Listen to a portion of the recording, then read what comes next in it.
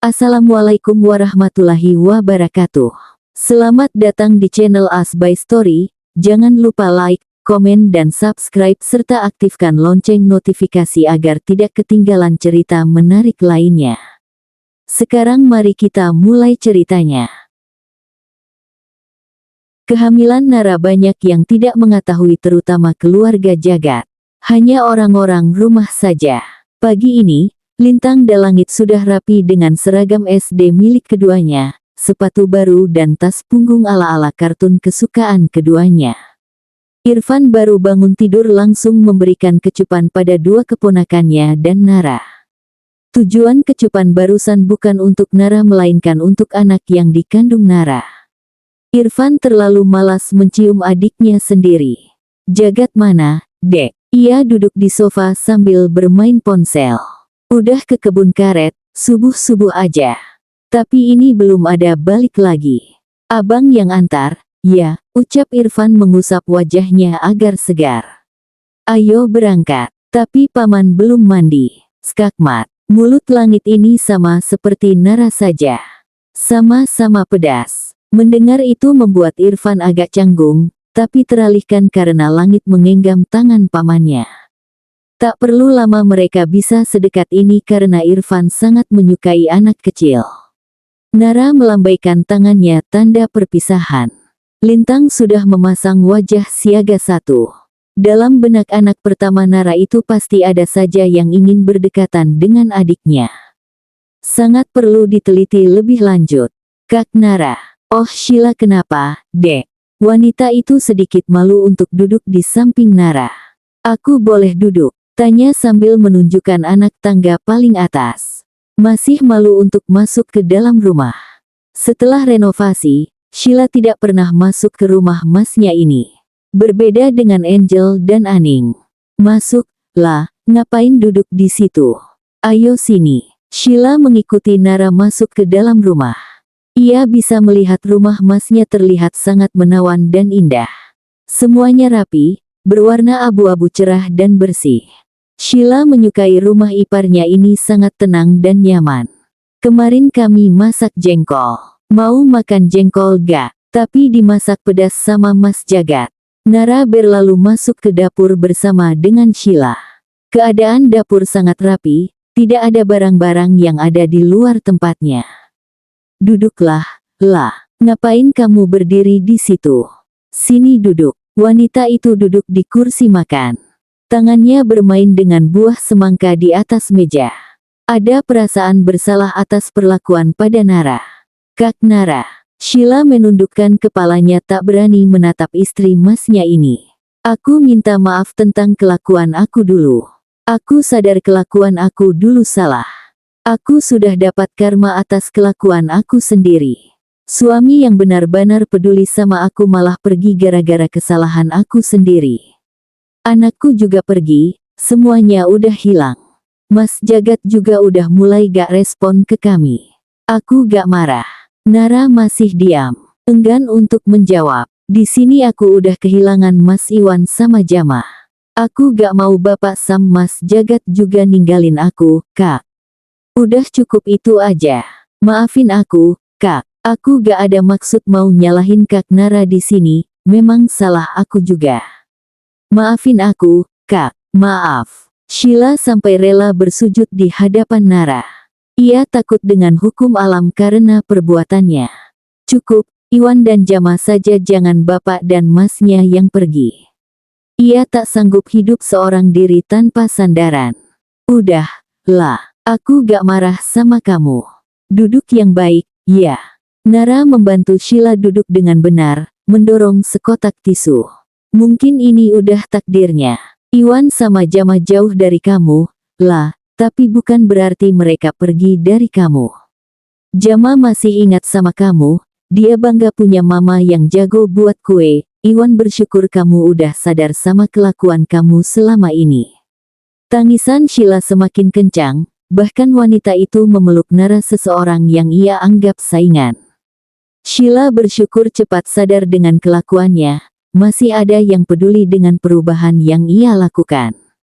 Perubahan ini bukan untuk orang lain, tapi untuk diri sendiri agar menjadi kepribadian yang lebih baik. Pagi itu terasa sangat manis untuk hubungan adik dan kakak ipar. Sheila menemani Nara memasak lauk pauk untuk Jagat pulang dari kebun karet. Mereka berbagi cerita saat masih berada di kota. Skill-skill membuat kue milik Sheila semuanya diberitahu pada Nara. Kegiatan keduanya dipandangi ketidaksukaan dari Aning. Sheila, tubuh kurus itu ditarik paksa. Kamu ngapain masak sama dia? Aku. Sheila menatap ibunya dengan takut. Lepas. Tanpa takut Nara mendorong ibu mertuanya agar genggam tangan Sheila terlepas. Ibu tuh gak pernah mau sadar, ya, sama kelakuan ibu sekarang. Apa yang ibu perbuat itu salah. Jangan maksa Sheila, dong. Dia kepengen berubah, gak tahan jadi manusia bangsat kayak ibu. Kamu berani sama saya, plak, Kak Nara. Tamparan kuat itu berhasil mengenai wajah cantik milik Nara. Ibu mertua gesrek, maki Nara mengambil segelas teh di atas meja dan menyiram wajah Aning. Rasain, ibu tuh udah gila. Sheila itu mau jadi orang baik bukan kayak ibu sama Mbak Angel. Teriakan dari rumah Jagat membuat para tetangga kebingungan. Mereka bergegas berlari ke rumah Jagat untuk memeriksa. Betapa kagetnya mereka melihat Aning dan Nara saling menjambak satu sama lainnya. Dua orang ini tak ingin kalah satu sama lainnya. Sheila berusaha menahan ibunya agar tidak semakin beringas menghajar Nara, sedangkan itu ada Mia berusaha membebaskan Nara dari jambakan Aning.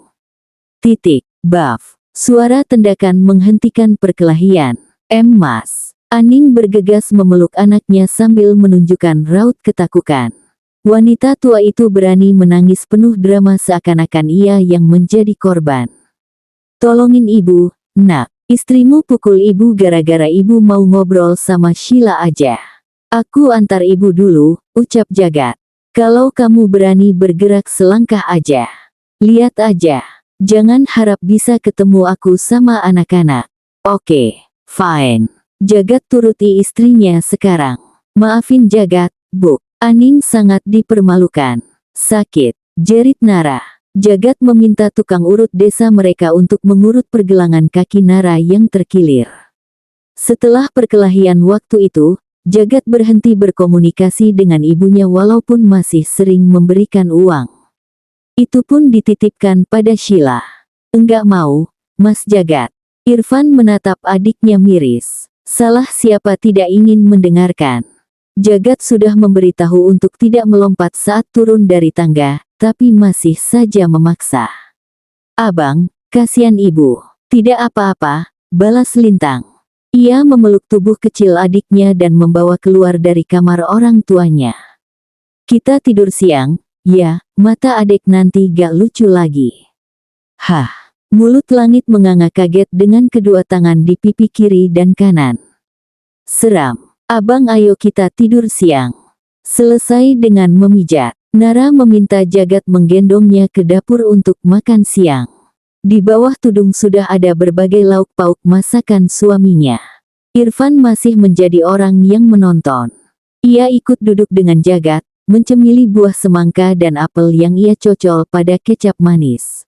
Makan yang manis dengan hal manis. Bang Irfan mau makan jeruk. Enggak ada. Kamu tuh udah makan jeruk subuh-subuh. Mau mak, mending habisin tuh nasi. Sayang kalau gak habis. Nara mencibir kesal, tatapannya beralih pada Jagat. Mas tega. Mas rela anak mas nanti ileran gara-gara pas ibunya ngidam gak diturutin. Mitos. Jagat tidak percaya dengan hal seperti itu. Cepat ngunyahnya sayang. Pegal tangan Jagat. Udah. Nara mendengus kesal. Ia berjalan dengan terseok-seok ke dalam kamar. Lagi ngambek dengan abang dan suaminya karena melarang ia mengonsumsi jeruk. Jagat menatap sahabatnya. Setidaknya ia tidak sendiri menghadapi masa kehamilan istrinya. Nara bisa bersikap seperti ini pada Jagat, tapi tidak dengan si kembar. Bujuk, aku gak sanggup, ponakan lucu aku lagi tidur. Irfan melimpir masuk ke dalam kamar Langit. Ternyata sudah ada Lintang. Bocah sialan, gumamnya kesal. Sedangkan laki-laki dominan itu mengusap wajahnya jengah. Baru pertama, ia sudah merasa seprutasi ini. Jagat membuka kulkas dan mencari jeruk nipis untuk Nara. Cukup satu buah saja, cukup untuk memuaskan liur Nara. Nara, panggil Jagat, habisin nasinya. Ya, Mas udah kupaskan jeruk buat kamu. Enggak, aku kesal sama Mas. Nara mengeratkan pegangan pada selimutnya. Aku benci. Akhirnya pasti menangis seperti sekarang. Iya, maaf, sayang. Jagat harus kuat. Aku tahu kelakuan ibuku memang jelek. Tapi sampai ngehasut saudaraku sendiri itu. Enggak perlu. Nara menatap status Angel sambil menghela napas. Rasa tak percaya memang ada. Bisa-bisanya Angel mengumbar masalah di media sosial. Oke, jika ada masalah dengan Nara lebih baik langsung datangi saja Nara, jangan seperti ini. Yang ada malu, tidak ada kerjaan sampai harus menyindir di media sosial. Bersyukur itu hanya sekali. Hampir setiap hari Angel selalu menyindir Nara. Dari mana ia tahu jika ia yang disindir? Dari kata dalam posting Angel, cuma ipar aja, jelas ipar Angel hanya Nara saja. Iwan sudah lama bercerai dengan Sheila, tidak mungkin laki-laki itu disindir oleh Angel. Sumpah, buat malu kalau begini terus, gumam Nara. Tangannya sibuk memisahkan cabai busuk. Kalau memang gak suka, ya, datangin akunya langsung aja gitu. Lah, gak perlu dia nyindir-nyindir di media sosial begitu. Apalagi di Facebook. Semenjak kejadian waktu itu, Sheila diminta Jagat untuk pulang ke rumah lamanya saat bersama dengan Iwan. Kelakuan Angel dan ibunya sudah sangat buruk, tidak bisa ditoleransi lagi. Jika sampai berbuat sesuatu yang berbahaya mungkin Jagat bisa menghajar keduanya. Dan semenjak itu juga Sheila lebih banyak menghabiskan waktu bersama dengan Nara. Mbak Angel iri sama kakak gara-gara dikasih kalung emas sama bapak. Sudah sempat ditegur sama bapak, tapi orangnya gak mau dengar. Dasar, tangannya asik bermain dengan tomat. Lah, aku gak mau nuduh Mbak Angel, tapi ini yang aku tahu dari orang-orang juga. Ia menatap sekeliling takut tiba-tiba ada Angel. Mbak suka main sama cowok. Maksudnya, gimana ya? Aduh, gini, aku pernah lihat dia masuk ke rumah Pak Dadi malam-malam waktu pulang dari warung sama Mas Jagat. Maaf kalau kesannya fitnah. Sheila menggelengkan kepalanya pelan. Itu benaran, Kak, aku pernah lihat Mbak Angel begitu sama cowok yang namanya Agung. Sheila sudah lama mengetahui, tapi takut untuk memberitahu dengan orang tuanya. Mbak Angel itu anak kesayangan ibu, Kak. Aku takut ngasih tahu ke ibu nanti aku yang dimarah. Gitu ya. Mau ngasih tahu Mas Jagat juga aku takut, Kak Nara. Sheila mendekatkan kepalanya ke sisi telinga kanan Nara. Mas Jagat bisa ganas banget kalau marah. Beruntung aja selama ini dia gak pernah marah. Nara cekikikan mendengar perkataan adik iparnya barusan. Ia juga penasaran dengan suaminya saat marah. Irfan pernah memberitahu untuk tidak membuat Jagat marah. Memang seseram apa suaminya? Ia jadi penasaran atau ia pancing saja suaminya untuk marah. Sheila tahu di mana biasanya Mbak Angel main sama cowoknya. Waktu itu aku pernah coba-coba buka HP Mbak Angel. Mereka janji di kebun karet, sih, Kak, tapi gak tahu yang mana.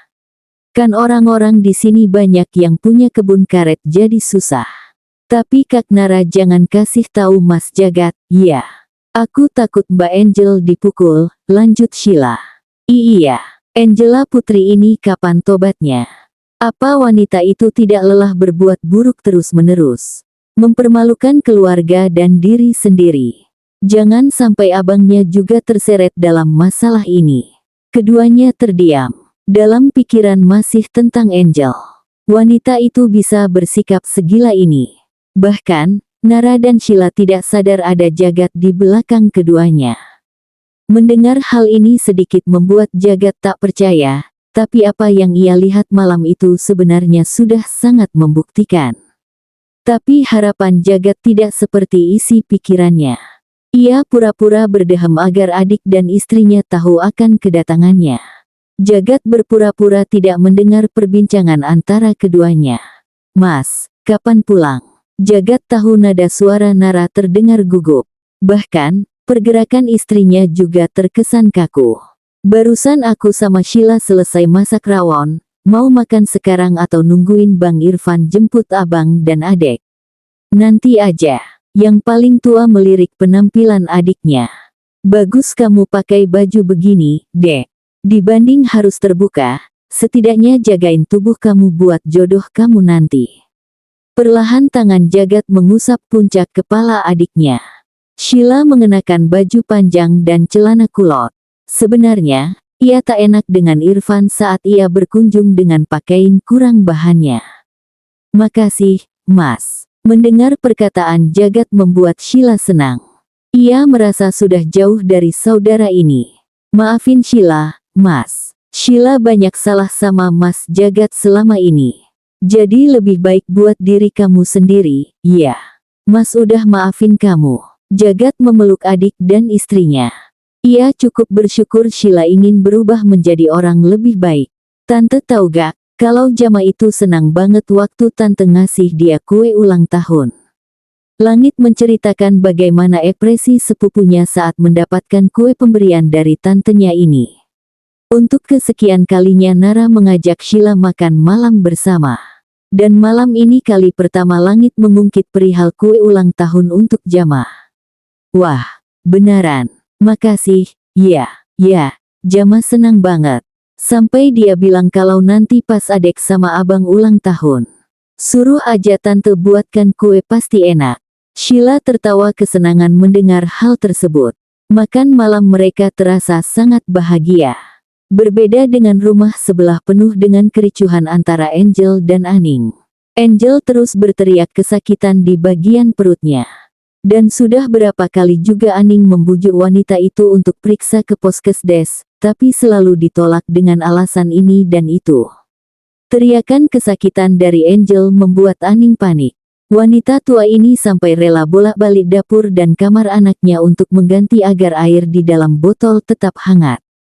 "Sakit, Bu. Cepatan ambil obat." Iya, Mbak." Rasa perut Angel seperti dicengkraman kuat. "Panggilin Mas Jagat, Bu. Perut aku sakit banget." Iya, Nak." Aning berlari keluar menuju rumah Jagat. Keringat sudah membanjir bajunya, ia benar-benar ketakutan melihat Angel kesakitan seperti barusan. Kakinya melangkah dengan cepat membuat debaran jantung semakin kencang. Tangan Aning mendorong pintu masuk dan berlari masuk ke dalam. Membuat heboh. Ia berteriak memanggil Jagat, memeriksa tiap ruangan yang ada, namun rumah ini kosong, tidak ada seorang pun yang ada. Dapat Aning lihat jejak orang selesai makan malam. "Kemana semua orang?" Suara samar-samar terdengar dari belakang. Aning berlari ke belakang dan yang ia lihat hanya Nara bersama anak-anak. Plak! Tamparan kuat mengenai pipi Nara. "Semuanya gara-gara kamu. Malapetaka ini karena kamu, Nara. Harusnya kamu gak datang kehidupan anak saya." Suara teriakan Aning bersahutan dengan suara tangis si kembar. Nara berusaha untuk menjaga keadaan tetap aman karena di dalam tubuhnya ada kehidupan lain. Di rumah hanya mereka bertiga saja. Nara tadi menyuruh Jagat dan Irfan membeli pentol dan keju di luar, sedangkan Sheila sudah pulang ke rumah. Aning berusaha mendekati Nara dan si kembar yang berjalan mundur menuju WC. Melihat pergerakan Aning seperti ingin menerjang Nara. Laki-laki cantik itu lebih dahulu menarik kedua anaknya untuk berlari masuk ke dalam kamar dan menguncinya. Teriakan dan gedoran pintu terdengar jelas. Ketiganya bersembunyi di bawah ranjang, berharap bantuan segera datang. Ibu Jagat ini sudah gila. Jagat dan Irfan saling memandang. "Van, kamu cek rumah dulu. Aku mau lihat Angel sama ibu." "Kenapa?" teriak-teriak. "Iya, Ja." Irfan lantas berlari masuk ke dalam rumah. Sedangkan Jagat sudah memeriksa keadaan Angel. Wanita itu terlihat berantakan di lantai rumah. Tubuhnya penuh dengan keringat membasahi, tangan terus menekan perut agar rasa sakit di sana menghilang. Dengan bantuan Jagat, Angel bangkit dan didudukan di sofa. Suara teriakan tidak lepas dari Kaga, sakit perihal perutnya sekarang. Jagat ikut kebingungan tentang keadaan kakaknya sekarang. Ingin dibawa ke puskesdes juga percuma. Tutup. Kak, kamu kenapa, Mbak? Sakit, Ja. Tolongin, Mbak, Ja. Iya, Mbak. Jagat berlari keluar rumah. Ia bisa meminta tolong Irfan untuk mengantarkan ke puskesdes untuk segera diperiksa. Perihal tutup atau tidaknya, ia akan meminta dokter Bayu memeriksa keadaan kakaknya terlebih dahulu. Irfan. Van, tolongin aku, Van. Mata Jagat membola kaget melihat anak keduanya tidak sadarkan diri dalam dekapan Nara. Tangisan istrinya semakin kencang saat melihat kedatangan sang suami. Pandangannya beralih pada Aning sedang memegang mangkuk sudah hancur dan bekas darah di sana. Tubuh Jagat gemetar ketakutan. Ibunya sudah gila. Baf. Pukulan telak mengenai rahang Aning membuat wanita itu pingsan di tempat. Ia bergegas mengambil langit dari dekapan istrinya, meminta Nara untuk menunggu bersama Lintang masih terdiam kaku. Ia melirik Irfan dengan bakas darah di kening dan lengan, menahan Aning saat ingin melukai Nara. Bawa Mbak Angel ke puskesdes. Tangan membelai wajah Nara. Kamu tunggu sama Lintang. Nara menganggukkan kepalanya kaku. Laki-laki tinggi itu kembali berlari keluar, menggendong langit masih berdarah. Para warga yang melihat itu berteriak kaget ketakutan, tak menyangka dengan apa yang mereka lihat pada langit. Keterkejutan semakin memanas saat melihat Angel dipapah oleh Irfan dan beberapa pemut desa untuk naik ke atas motor. Angel terus menjerit tentang perutnya yang kesakitan. Malam itu sangat panas, bahkan darah di lantai rumah semakin menempel bagaikan tanda. Kita gak salah, Van. Apa yang terjadi sama langit itu bukan kehendak kita. Yang salah itu manusia bangsat yang berkamuflase jadi ibuku. Kata itu yang Irfan ingat sekarang. Karena kejadian semalam, langit dibawa ke rumah sakit besar yang ada di kota kabupaten untuk diperiksa lebih lanjut. Ada besar kemungkinan langit akan dikirim ke Surabaya untuk pengobatan lebih baik. Kabar ini jelas diterima Pak Dadang. Beliau langsung pesan travel paginya setelah Jagat memberikan kabar. Lintang dan Nara dibawa oleh Jagat, hanya Irfan yang memantau kondisi sekarang. Sheila tetap dilarang Jagat untuk keluar dari rumah karena ibu dan mbaknya bisa bersikap agresif. Jagat masih belum tahu alasan Angel mengeluh kesakitan di bagian perutnya. Seharusnya itu faktor menstruasi biasa saja, tapi mengingat kelakuan buruk Angel sedikit membuat Jagat curiga. Kembali pada keadaan sekarang. Jagat bersama istri dan anak pertamanya sedang makan siang di kantin rumah sakit. Langit masih di ruangan periksa, si kecil menggemaskan Jagat masih belum sadarkan diri. Dengan bantuan dari dokter Bayu yang ikut menemani untuk mencari rumah sakit terbaik di kota kabupaten. Dimakan, Bu. Kenapa gak suka? Nara hanya memainkan makanannya dari semalam. Kalau gak suka sama makanannya, Mas pesankan lagi. Ibu sedih karena adik tidak bersama kita, Ayah, ucap Lintang. Ibu jangan sedih terlalu lama. Kasihan adik bayi. Nara hanya diam tak bersuara. Kejadian saat sang mertua menghantam kepala anaknya dengan mangkuk kaca terngiang di kepalanya. Ia menatap anak pertamanya dengan sedih. Lintang masih bisa menguatkan dirinya saat seperti ini. Tangannya digenggam dengan lembut oleh Jagat. Sapuan halus terasa di punggung tangannya. Jagat sangat mengerti keadaan Lintang dan Nara sekarang. Ia harus kuat dengan keadaan sekarang demi anak dan istrinya. Makan ya, kalau kamu sakit, adik bayinya juga sakit. Kakak Langit pasti sedih lihat kamu sakit. Laki-laki cantik itu mengangguk-angguk kepalanya. Suap, ya, iya. Selesai makan siang. Mereka kembali ke ruangan Langit, kebetulan dokter sudah keluar selesai memeriksa.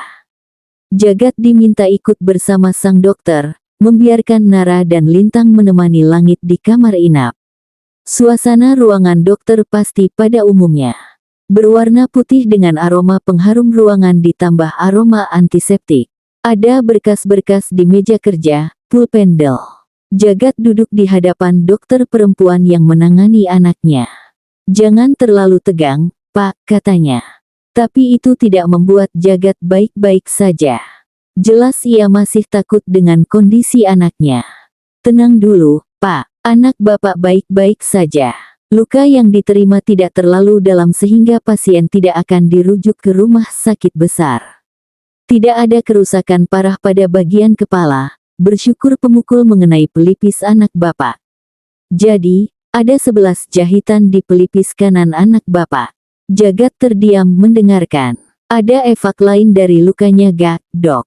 "Efeknya lainnya yang berasal dari lukanya gak ada, tapi yang saya sarankan ke Bapak dan Ibunya.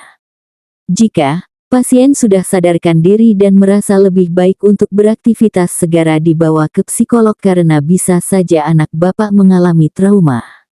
"Baik, Dok. Nanti obat pereda nyerinya bisa ditebus di apotek rumah sakit, ya, Pak. Resep obatnya sudah saya tulis juga." Dokter itu menyerahkan kertas berisikan obat-obat yang dikonsumsi oleh Langit. "Semoga anaknya lekas sembuh dan bisa berkumpul bersama keluarga lagi, ya, Pak." "Terima kasih, Bu Dokter. Setidaknya ini kabar baik untuk mereka." Jagat kembali ke ruangan. Samar-samar ia bisa mendengar suara teriakan bahagia dari Lintang dan ocehan sederhana anak itu. Ia mengintip dari kaca pintu. Langit sudah sadar. Jagat melihat istrinya terus memeluk tubuh Langit enggan untuk dilepaskan. Pegangan tangan Lintang pada sang adik terasa sangat nyaman. Langit bisa tersenyum bahagia melihat saudara dan ibunya. Dengan satu kali tarik napas, Jagat mendorong pelan pintu ruang inap. "Ayah." Langit kesenangan melihat superhero-nya datang. "Peluk. Ayah mau sama ayah." Jagat menggelengkan kepalanya. "Harus banyak istirahat kakak. Jangan banyak gerak gitu." Ia memberikan kecupan pada pipi gembul anaknya. "Lintang temani adek dulu. Ayah sama ibu mau ambil obat adek dulu." "Kok adek sih? Kakak dong." Bibir itu maju ke depan menandakan ia sedang tak suka. Ulang-ulang. "Abang temanin Kak Langit dulu, ya. Ayah sama ibu mau ambil obat kakak dulu." "Siap, ayah." Jagat merangkul tubuh kecil istrinya. Seharusnya Nara bisa merasa lebih baik setelah mendapatkan anaknya sudah sadar. Selesai menebus obat di apotek rumah sakit, ia bersama dengan istrinya kembali duduk di kantin rumah sakit. Jagat sudah menceritakan segalanya tentang keadaan Langit dan trauma yang mungkin bisa Langit alami. Nara ikut adil mungkin dalam rasa trauma yang Langit rasakan nanti. Tapi harapan mereka adalah tidak adanya rasa trauma itu. "Sebentar, sayang, ada telepon." Ia menatap panggilan suara dari Irfan. "Halo, Ja." Terdengar suara derap langkah kaki dari seberang. "Kamu ngapain?" "Oh, gue lagi olahraga." Ja, bapakmu suruh balik secepatnya kalau bisa soalnya ada yang mau dia omongin." "Tentang apa, Mbak Angel?" "Om Dadang minta pendapat kamu. Mungkin 3 hari lagi. Aku kabarin nanti." Sepertinya Jagat tahu sesuatu tentang masalah Angel. Malam itu Jagat merasa segala benar-benar memuakkan, saudara dan ibunya. Terkadang Jagat berpikir untuk apa memiliki keluarga jika ia tidak merasakan kasih sayang itu. Jagat dipandangkan sebagai penghasil uang bagi ibu dan saudaranya. Menjadi satu-satunya anak laki-laki membuat Jagat menanggung kata, menghidupkan keluarga, selalu di sana. Bahkan saat Jagat menikah dengan Olive rasa tekanan itu juga masih ada dan semakin bertambah. Ibu selalu menganggap orang-orang yang bersama Jagat akan menghambat pemberian uang antara Jagat dan Aning. "Mas," panggil Nara baru keluar dari kamar kecil. "Kamu gak tidur? Ini udah malam banget buat mikirin sesuatu." Tangan kecilnya menyisir surai hitam sang suami. "Kamu gak salah, Mas. Kita gak ada yang mau begini, Mas." Ia kecup kening berkerut suaminya ini. "Kita lupain pelan-pelan." "Oke, memang susah, Tapi buat apa kita ingat-ingat terus? Enggak ada guna, Mas. Yang ada buat kita sakit, mending kita isi dengan sesuatu yang bahagia aja. Makasih, sayang. Tapi bukan itu yang Mas pikirin. Terus apaan? Tubuh kecil Nara diangkat Jagat untuk duduk di atas perutnya. Dedek lihat, deh, ayah main rahasia sama kita. Nara mengusap perutnya sendiri sambil berbicara pada sang anak. Kasihan kita tidak diberitahu sama ayah. Jagat terkekeh pelan, tangannya menepuk-nepuk pinggang ramping sang istri sambil bergumam pelan. Kamu gini aja cantik, dek, gimana kalau begitu? Bisa-bisanya Jagat berpikir mesum saat ini. Posisi sekarang memang sangat berbahaya untuk si mantan duda. Kamu ngomong apa? Enggak ada. Istirahat Gih, sini aku peluk. Nara merebahkan badannya di atas badan sang suami. Wajahnya ia letaknya di dada bidang itu sambil bermain dengan rambut-rambut halus di sekitar dagu. Mas Jagat, laki-laki itu sudah mulai terpejam. Nanti adik bayinya udah lahir, kita kasih nama apa, ya? Terserah kamu aja, cantik. Mas ngikut. Ya, udah aku kasih nama Jagat Bagaskoro aja, celetuk Nara kesal. Ia menggigit leher suaminya. Rasain. Tangan kecil memukul bahu lebar Jagat, namun segera dihentikan takut tangan si cantik sakit. Apa? Lihatlah wajah memerah saat menahan tangis itu. Menggemaskan. Sang dominan membelai wajah cantik itu dengan sayang. Betapa beruntung dirinya mendapatkan istri seperti Nara. Kap, ia memberikan kecupan tipis di hidung pesek sang istri. Maaf, enggak terima maaf dari Mas Jagat. Kok gitu, sih? Udah gak sayang sama Mas lagi. Jagat sedikit membenarkan posisi berbaringnya. Kita pikirin sama-sama, tapi nanti ya, Mas lagi capek banget. Kasihan suami aku. Diusapnya kepala Jagat. Jangan terlalu dipikirin. Mas masih ada aku buat berbagi masalah. Jangan mau stres sendiri. Gunanya aku sebagai pasangan Mas itu buat berbagi kalau ada masalah kayak sekarang. Makasih sayang, tapi kamu lagi hamil.